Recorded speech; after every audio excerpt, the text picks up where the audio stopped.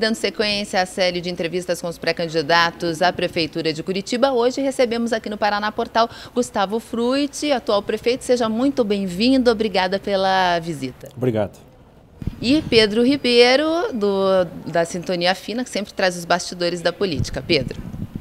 Prefeito, muito obrigado aqui pela sua presença, né, nessa série que nós estamos iniciando aqui no Paraná Portal. Inclusive, nós vamos fazer algumas cidades do interior também, como Maringá, Londrina, Ponta Grossa, Cascavel e Foz do Iguaçu. E também algumas regiões aqui da região metropolitana, até para que as pessoas possam expor as suas ideias. A pergunta que todo mundo que veio aqui agora é sobre a dívida de Curitiba, que seria de 1 bilhão e que a Prefeitura não estaria honrando compromissos com o fornecedor. O senhor tem a oportunidade agora de explicar como é que vai estar essa situação. Primeiro, boa tarde, é uma alegria participar do programa com vocês. Mesmo com o anúncio de pré-candidatura, eu tenho tomado toda a cautela em deixar essa definição dentro dos prazos legais, para evitar qualquer antecipação indevida, mas é sempre oportuno, necessário, um privilégio conversar e debater sobre a cidade, a situação e o seu futuro. Exatamente, essa proposta para evitar os problemas lá com o TRE, né? E eu vejo assim, Pedro, que há muita desinformação, há muito chute. Nós vivemos um momento, e isso marcou muito, principalmente a partir de junho de 2013, em que há um grau de indignação acentuado na sociedade, há um grau de crítica, de criticidade sem precedentes. Isto gera também uma falta de diálogo, por vezes a falta de um debate com argumentos e uma troca de acusações que chega no ponto da intolerância, como se cada um tivesse a sua verdade e essa verdade tivesse que prevalecer. Com relação à situação fiscal de Curitiba, são alguns pontos importantes para situar. Primeiro ponto, ao longo da história, pela primeira vez, nós temos 3 anos de queda do Produto Interno Bruto. Nem nos momentos de inflação alta no Brasil nós tivemos uma queda na economia como agora. Nos últimos 2 anos, e a projeção para o ano que vem, teremos uma queda superior a 3 pontos do Produto Interno Bruto. Isto gera um efeito perverso na sociedade. Nós estamos vivendo agora o auge do desemprego, problema de investimentos do setor produtivo muito expressivo. É sempre bom lembrar que a gestão pública administra recursos pagos pelo contribuinte. Principalmente uma prefeitura não gera receita própria, na maior parte do volume dos seus recursos. E cada vez mais no Brasil, as cidades, em especial as capitais, e esse é um segundo ponto gravíssimo que precisa ser enfrentado, estão assumindo responsabilidades e competências por ineficiência e incompetência dos governos estaduais e do governo federal. Em Curitiba, nós temos hoje, é a primeira e única capital do Brasil que assegura vaga para as crianças a partir dos 4 anos, é a única, sem repactuação no financiamento. São mais de 500 mil atendimentos por mês nas estruturas, nos equipamentos de saúde. Em alguns momentos, nas UPAs, quase 40% dos atendimentos é para moradores de fora de Curitiba e não há uma repactuação no financiamento. Cada vez mais a cidade assume assistência social, como, por exemplo, a população em situação de rua, e não há uma repactuação nesse financiamento, e assim é em outras áreas. Então, quando eu assumi, eu registrei, primeiro, há uma diferença entre dívida consolidada e dívida fundada. E algumas pessoas até mal intencionadas ou por ignorância confundem isso, principalmente nesse ano. A dívida de curto prazo, que não tinha orçamento, não tinha empenho de obras iniciadas ou contratadas e serviços contratados e não pagos, era de 579 milhões de reais. Nós fizemos a chamada novação, a Prefeitura está pagando quase 6 milhões de reais por mês e termina de pagar essa dívida de 2012 até o final deste ano. A outra dívida é com o Fundo de Previdência. Quando eu assumi, o Fundo de Previdência tinha 885 milhões de reais. Hoje tem mais de 2 bilhões e 50 milhões de reais. Então, esta gestão pagou para o fundo mais de 1 bilhão e 200 milhões de reais. Quase metade disso é de um déficit fiscal, de um déficit atuarial, melhor, anterior a 2008, ou seja, mais uma herança que assumimos nesta gestão. Então, esta gestão pagou mais de 70% dessa parte. E há a chamada dívida consolidada, que é a dívida contraída com organismos internacionais, como é o caso do BID, da Agência Francesa de Desenvolvimento. Há uma dívida contraída em função de precatórios que estão sendo pagos rigorosamente em dia pela cidade de Curitiba. E essa dívida, hoje, ela é escalonada, está dentro do que é possível e foi necessário programar. Então, esta gestão não está ampliando esse estoque de dívida. A Prefeitura tem uma capacidade de endividamento de 120%, nós não utilizamos 1,5%. A capacidade de endividamento é de 120%, nós não utilizamos 1,5%. Temos 2 pedidos de empréstimos agora, junto ao Banco do Brasil e ao BNDES, e estamos buscando equacionar esse déficit. Não será possível zerá-lo. Foi um dos 2 maiores déficits da história da cidade, que se agrava no momento de crise. Então nós estamos buscando o ajuste fiscal, a manutenção dos serviços da cidade e uma prova maior disso, que novamente a revista Exame aponta Curitiba como a cidade com a melhor governança no Brasil, incluindo a gestão fiscal. Em relação a essa dívida que passa de uma gestão para outra, em qual situação o senhor pegou a Curitiba e qual situação deixa a Curitiba? No curto prazo, o déficit era de 579 milhões de reais. Então isso obrigou a um ajuste fiscal com cortes de despesas, fechamos efetivamente secretarias, não ampliamos a estrutura comissionada, corte de contratos de aluguel de veículos, de telefone celular, de viagem. Tinha muita viagem na Prefeitura de Curitiba. A lição de casa foi feita? Foi. Isso, um corte superior a 1 bilhão de reais.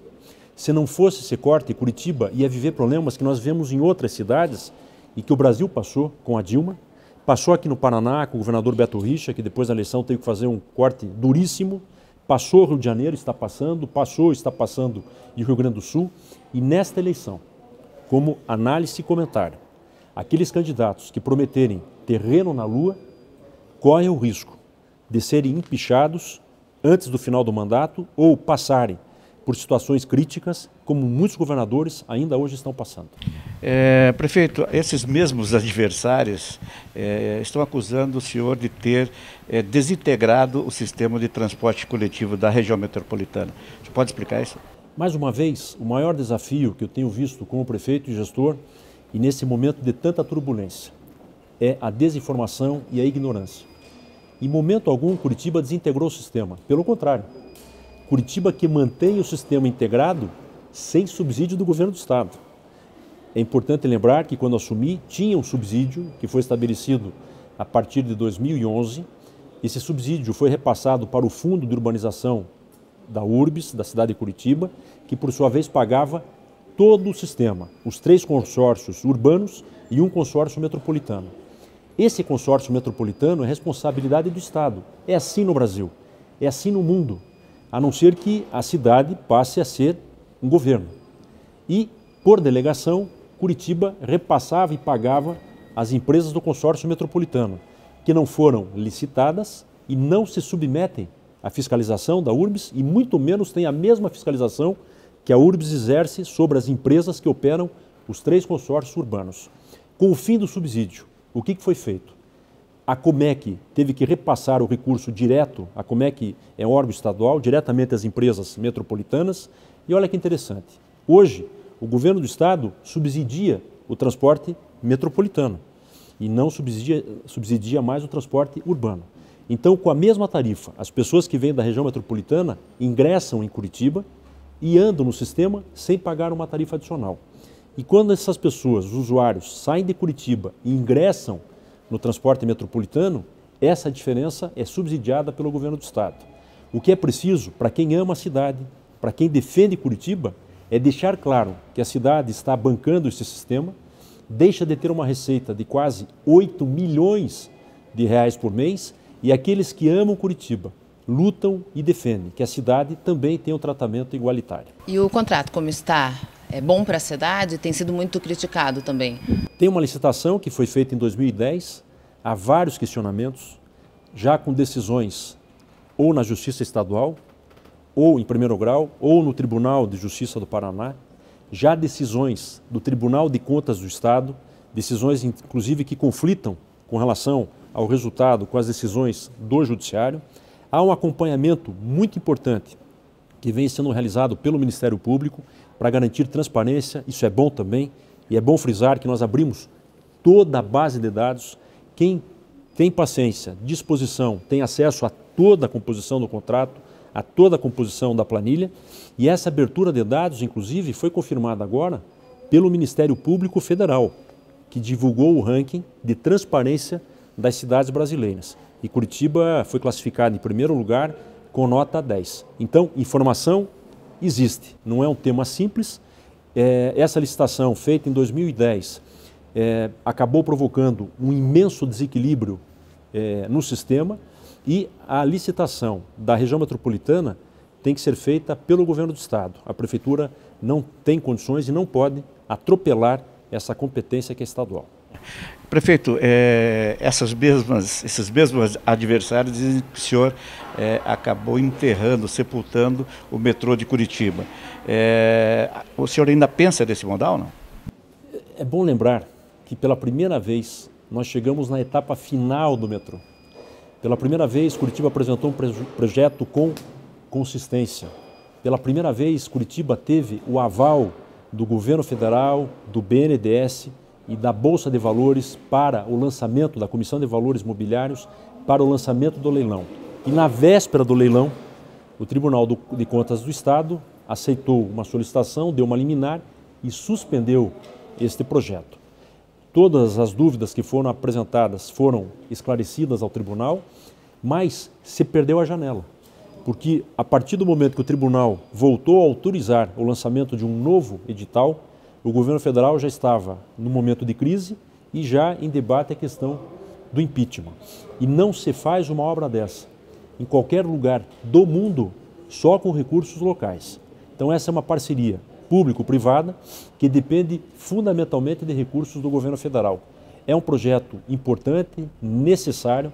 Esta semana a equipe está em Brasília para tratar exclusivamente deste projeto com o novo ministro das cidades, aguardando a orientação do novo governo do presidente Michel Temer, mas paralelo a isso, para melhorar, principalmente no horário de pico e nas áreas de grande demanda, nós ampliamos a capacidade do BRT, estamos colocando nova tecnologia no transporte embarcada, vamos receber agora, no mês de junho, a 5ª geração de ônibus híbrido da Volvo, que é um ônibus predominantemente elétrico, que vai se somar à frota de híbridos da cidade de Curitiba, e lançamos o propósito de manifestação de interesse, PMI, para estabelecer projetos de eletromobilidade em 4 grandes eixos: Avenida das Torres, Linha Verde, Cachoeira e o eixo Norte-Sul, onde será possível um modal de superfície com fonte de energia elétrica, com uma capacidade de transporte de 15 a 20 mil usuários hora. Prefeito, um dos problemas que vem sendo apontados pelos adversários e também pelo Tribunal de Contas é a questão do Instituto Curitiba de Informática, que desde a gestão Taniguchi, se não me engano, tem o controle das informações, da inteligência da cidade. De que forma, até que ponto essa forma de gestão das informações da cidade atrapalha a prefeitura e como reassumir isso? Melhorou muito. É fundamental que o poder público tenha a governança do sistema de tecnologia da informação. E governança significa não só acesso aos dados, transparência dos dados, relação com a sociedade, mas nada impede que esta relação se dê também através de parcerias ou contando muito com o setor privado na intermediação e da prestação de serviços. Este era o maior contrato da prefeitura quando nós assumimos. Esse foi um dos contratos que teve a maior redução de valores. E nós abrimos todas essas informações aos órgãos de controle, à sociedade, e dentro desse projeto, que inclusive foi apresentado ao Tribunal de Contas, para gradativamente nós termos uma estrutura de governança em TI dentro da prefeitura, nós criamos a Secretaria Extraordinária de Tecnologia da Informação e lançamos o primeiro edital com recursos do BNDES para começarmos a trabalhar em termos de sistema, em termos de integração, em termos de governança da TI da prefeitura. No tempo em que se criou, não se imaginava que isso ia ser o cérebro da prefeitura. Demora muito para retomar o cérebro para o órgão público? Nós temos que abrir as informações, esse é um fator de garantia. No momento que se criou o Instituto Curitiba Informática, que é uma organização do terceiro setor, de uma natureza jurídica nova na realidade brasileira, em tese e teoricamente, no primeiro momento, isso é muito positivo. Mas ao longo do tempo, O que isso gerou? A diminuição de governança por parte da Prefeitura e uma dificuldade de transparência e controle por parte do responsável pela terceirização ou até quarteirização da prestação de serviço. Então, ao longo desse período, algumas vezes com choque, algumas vezes com excelente diálogo, nós estamos procurando ter clareza com relação a todos os contratos que são feitos pela terceirizada e que não era dada a devida publicidade, mas também procurando retomar a inteligência e a capacidade de inovação e gestão. E recebemos, inclusive, reconhecimento por inovações que foram realizadas na parte de TI do município. Prefeito, a gente tem acompanhado também aí nos noticiários e algumas sobre as cidades inteligentes. Curitiba está pensando nisso já, não? Há muito tempo é referência da cidade, ganhamos há poucos dias o prêmio no Rio de Janeiro. Quando assumi o primeiro prêmio... Isso não tem nada a ver com isso aí, né? É uma coisa bem... Passa também, mas é muito mais abrangente. Recebemos agora de 5º lugar para 3º lugar. Ficamos um pouquinho atrás do Rio e de São Paulo em função do volume de investimentos, mas são várias frentes. É ter um ambiente favorável à inovação. Cidade inteligente significa incorporar tecnologia e novas alternativas na prestação de serviço público. Por exemplo, projeto do carro de eletromobilidade, controle da emissão de CO2, política social, com o projeto do condomínio social, para incentivar e fazer a transição de pessoas que estão em situação de rua e possam ter uma vida autônoma. Na educação, no projeto Equidade, que garante que todas as escolas da rede municipal possam ter a mesma qualidade de vida. O projeto do cartão inteligente, isso foi pioneiro em Curitiba no mundo. E Curitiba ganhou um prêmio que passou pela fundação da Federação Internacional de Automobilismo, pela redução de acidentes na cidade e pelo semáforo inteligente. O que é isso? Em 30 cruzamentos, onde tem os maiores índices de atropelamento, a Prefeitura instalou um sistema no semáforo em que o usuário, portador de um cartão da URBS, principalmente idosos e pessoas com deficiência, ao passarem o cartão, o tempo de deslocamento aumenta em até 15 segundos. Esta medida reduziu em mais de 70% o índice de atropelamento. Isto é ser uma cidade inteligente, buscar a sustentabilidade e ter a inovação como transformação na vida das pessoas, mas na vida econômica da cidade. Prefeito, sua gestão é a vidraça da vez, todos os pré-candidatos que vêm até aqui, falar é fácil, fazem as críticas, enfim. Outros 2 pontos que foram questionados é a questão das vagas na saúde, os especialistas e também nas vagas de educação. O que está sendo feito e por que não aparece? Na educação é a única capital, é a primeira e única capital que assegura vagas a partir de 4 anos e com qualidade. Aqui nós não temos merenda, nós temos alimentação. É a única cidade. Na saúde, nós tivemos um aumento expressivo. Por exemplo, a Unimed, aqui de Curitiba, cancelou mais de 15 mil contratos. Essas pessoas necessariamente vão para o SUS. Nós temos 109 unidades de saúde. Todas, 98 delas, em reforma. Cada unidade custa pelo menos R$330 mil por mês. A Prefeitura assume isso integralmente. Com relação às UPAs, nós criamos um modelo no Brasil, nas cidades, que não existe em nenhuma grande cidade do mundo. Quando eu assumi, uma UPA custava R$500 mil por mês. Hoje ela custa R$1.700.000 por mês. O governo há 3 anos, federal, pagava R$300 mil por mês. Hoje continua pagando R$300 mil por mês. A Prefeitura sozinha assume essa diferença. Não há um cofinanciamento, uma repactuação por parte do governo federal e do governo do estado. E quem que está utilizando cada vez mais essa estrutura? Principalmente moradores de fora da capital. A cidade atende moradores e usuários de 999 municípios, atende imigrantes sem apoio nenhum de nenhum governo. Tem hoje um grau de cobertura que é muito bem avaliado pelo usuário do SUS, mas a percepção acaba sendo negativa, principalmente em momentos de crise, não só na capital.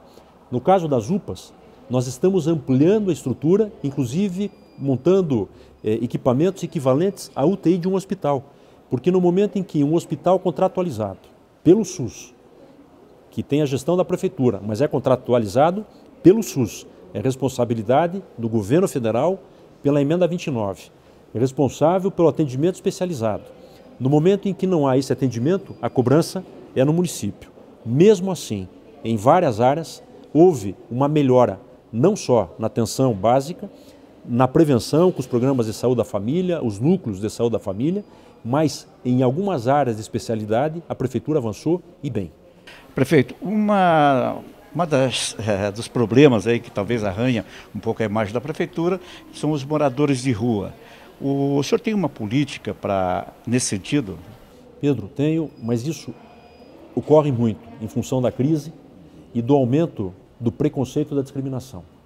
Eu vejo pessoas, inclusive provavelmente alguns que se colocam como pré-candidatos, que demonstram solidariedade com o que ocorre de tragédia no exterior, solidariedade com o que ocorre de tragédia na Europa, o que ocorreu agora em Orlando, cidade irmã de Curitiba, mas adotam com absoluta preconceito, discriminação e desinformação a questão da população em situação de rua. Ao longo do tempo, as cidades ficaram absorvendo essa situação. Então nós temos que perguntar, por que essas pessoas vieram para a capital? Por que não houve nenhum trabalho, nenhuma atenção do governo do estado, do governo federal e de outros municípios para que essas pessoas tivessem uma condição digna nas suas regiões? Por que por questões econômicas, por desequilíbrio social, as pessoas fazem esta opção? Não é um tema simples, é complexo. Envolve inclusive questões relativas à dependência química, questões neurológicas, questões psicológicas. E o que faz a Prefeitura? Quando assumi, tinha uma grande área, que na verdade era um depósito de gente. Em alguns momentos moravam mais de 500, 600 pessoas. Se tem algo indigno, era como aquilo, era a maneira que a cidade tratava a população em situação de rua. Hoje Curitiba tem 18 casas de abrigo, atendendo pessoas e perfis diferentes, crianças, jovens, população LGBT, idosos, mulheres, homens, dando, na medida do possível, atenção e dignidade e mecanismo para essa pessoa recuperar a autoestima e, quem sabe, ter uma vida decente. Nós abrimos aqui a casa do vovô. Um dos moradores morou 40 anos na rua. 40 anos. Inclusive passou por gestão de ex-prefeitos, que agora parece que passam a ter uma preocupação social que não tiveram. Nós fizemos. Essa pessoa está lá. E a lei não permite que a Prefeitura retire na força essas pessoas da rua. E que geram, muitas vezes, uma impressão negativa para o comércio, porque a pessoa às vezes está lá dormindo na porta do comércio. Então, todo dia temos equipe na rua. Agora no inverno, principalmente hoje que eu estou dando essa entrevista, nós tivemos nessa madrugada a noite mais fria e conseguimos retirar muitas pessoas, foi o recorde de abrigamento, porque o frio também leva ao limite da sobrevivência. Então há ação em diferentes áreas, para diferentes perfis, há uma ação para que as pessoas possam, inclusive, ter um lugar para deixar os seus pertences, ter lugar para a sua higiene, mas nós queremos ir além, resgatar essa pessoa para uma vida e para a sua dignidade. Então, como nunca, se tem esse trabalho, e olha como Curitiba mudou de perfil. Isso não dá percepção. Então, a cidade, para alguns, é invisível. Eu sei que um viaduto aparece mais, entregamos 3. Uma trincheira aparece mais, entregamos 4 e vamos entregar a 5ª, começa agora. Nenhuma gestão fez isso. Um asfalto aparece mais, foram mais de 400 quilômetros. Nenhuma gestão fez isso. Unidade habitacional aparece mais, já foram 11 mil. Nenhuma gestão fez isso. Mas 60% do orçamento da cidade, 60%, como nunca foi feito na história, é para saúde, educação e assistência social. Esta é a mudança no patamar de Curitiba e no patamar de gestão pública. Dificilmente quem assumir, por mais discurso, por mais retórica e por mais falastrão que possa ser, conseguirá voltar a diminuir esses investimentos. E qual que é a sua avaliação geral da sua própria gestão e o que poderia ser feito num possível segundo mandato? Tudo no seu tempo. Eu sei que a pergunta me atrai também e eu gostaria de já provocar essa discussão sobre um segundo mandato, mas nesse momento, Jornada. Mas precisa organizar a casa, o que foi preciso para deixar Eu reitero o desafio que tem sido, em 4 anos, 3 anos de queda da economia. O governo federal até agora executou 5% do orçamento para 2016. O governo do estado só tem 2 convênios novos com a capital. O que nós estamos procurando garantir nesse período? a manutenção dos serviços da cidade, muitas fecharam, muitos estados fecharam, garantir ampliação de investimento, já foram mais de 1 bilhão e 100 milhões de reais em novos investimentos, a reestruturação das carreiras da prefeitura. Hoje, nós tivemos em 2016, também em comparação com qualquer gestão, um aumento salarial, incluindo a inflação, superior a 30%, nunca se chegou a esse índice na história da cidade, mas a cidade não para. Por que não para? Não é só o processo de nascimento natural, o processo migratório continua. Exemplo, indígenas. Aonde está escrito que a responsabilidade é do município? Agora, quem agiu para investir na casa de passagem e na atenção à população indígena que vem para a capital? A Prefeitura de Curitiba, sem apoio do governo do estado e sem apoio do governo federal. Então, nesse momento, além de garantir isso, tem um dado importante e não é falso moralismo. Não há denúncia e não há uma estrutura de quadrilha instalada na Prefeitura Municipal de Curitiba. Ao longo das gestões, poucas gestões, ou nas últimas gestões, talvez essa, de forma incomparável, ficou à margem dessas denúncias. Se tiver, é apurado. Mas nós queremos mostrar para a cidade o respeito no cuidado da coisa pública, do dinheiro público, e Curitiba está na contramão do que a gente vê em cidades do mesmo porte e nas grandes capitais brasileiras.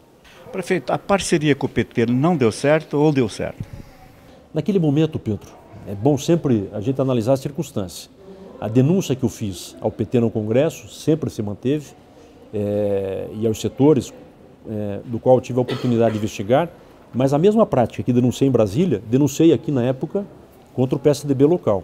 E eu acho que o tempo mostrou isso, que esse assunto parece que alguns esquecem ou tem interesse que não se mencione. Mas houve a renúncia e a perda do mandato do presidente da Câmara Municipal, que era presidente do PSDB na capital. O modus operandi, ele acaba circulando por diferentes partidos. Esta eleição, fundamentalmente, ela marca por ser uma eleição silenciosa, será uma campanha do medo, porque é uma campanha cara e haverá uma imensa dificuldade de financiamento, mas cada vez mais o eleitor vai se identificar com causas e com pessoas. Vai ser uma eleição de troca de acusação. Quem estava com partido, com liderança mais envolvida nas diferentes investigações. Aqui em Curitiba, com lideranças e pessoas de diferentes partidos, uma relação excepcional. Agora, nem o mais pessimista economista, há 4 ou 5 anos, apontou um cenário dessa natureza. Agora, de que forma essa crise toda pode afetar as eleições? Mais com o otimismo da gente ver as pessoas envolvidas nas redes sociais ou com o pessimismo de se procurar, de repente, um salvador da pátria? Eu acho que já afetou, por várias razões. Toda eleição é diferente, mas essa já tem algumas identidades inéditas. O silêncio, nós estamos há pouco mais de 3 meses, uma campanha que será muito curta, até pelo financiamento, é caro a democracia. Mas quem vai colaborar na campanha, quem vai querer se expor e quem vai receber também o recurso, se vai aceitar todo tipo de financiamento. Acho que é uma eleição de profunda descrença com a política tradicional, por isso eu não estou tendo também a preocupação, mesmo nesse momento de muita especulação, de procurar reproduzir as alianças e o mesmo padrão de comportamento dos políticos tradicionais e das eleições passadas. Há uma tendência de aumento de voto branco e nulo e abstenção, e a minha atenção será sempre em defesa da cidade, na agenda local e com realismo. Esta é uma eleição que não dá margem mais para a demagogia, para a mentira e para as ilusões. Muitos poderão ser eleitos com esse discurso, mas não se sustentam no médio prazo. Prefeito, quando é que o senhor vai atravessar a praça para falar com o governador? Eu estive lá semana passada e eu tenho procurado manter sempre um contato, tanto com o governo do estado quanto com o governo federal, mas eu sei que nesse momento de tanta turbulência e especulação, às vezes um ofício, um contato, ele dá margem a todo tipo de especulação, menos o objetivo da conversa.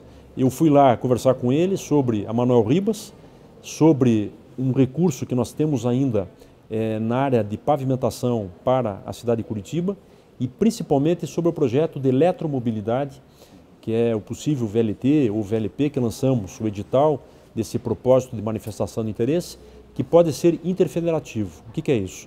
com a participação de outras prefeituras, do governo do estado e do governo federal. É evidente que sempre há uma troca de percepção sobre o momento político, fiquei lá um bom tempo, mas esse diálogo é sempre necessário. Isso nós temos que aprender também com a evolução da democracia. A eleição americana, agora, ela chegou num grau de desqualificação dos candidatos sem precedentes. Mas sempre, apesar dessas sequelas, o modelo permitiu esse diálogo institucional. E é isso no Brasil, nós estamos ainda imaturos. É impressionante, principalmente aqui no Paraná, como é um processo autofágico. E reparem, e eu estou ouvindo os pré-candidatos, não só aqui da capital, mas algumas lideranças que querem ter papel expressivo no Paraná, como nenhum se une ou defende causas comuns. A primeira manifestação, o primeiro discurso é sempre de desconstrução e de desqualificação. Assim mesmo, eu tenho pedido à equipe não perder tempo com fanático, com cínico, não cair na provocação e ter serenidade com relação ao futuro. O pior é perder o respeito e a credibilidade. E nessa gestão, felizmente, nós estamos conseguindo melhorar os indicadores e ficar à margem das denúncias tão comum aos políticos tradicionais. Para encerrar, alguns colegas jornalistas, quando eu falei que a gente ia entrevistar hoje o prefeito Gustavo Frutti, perguntaram, vários deles, Fabrício Binder, Luiz Ribeiro, enfim, que legado o Frutti deixa para Curitiba e qual vai ser a marca da sua gestão? Consegue ver isso agora, hoje já?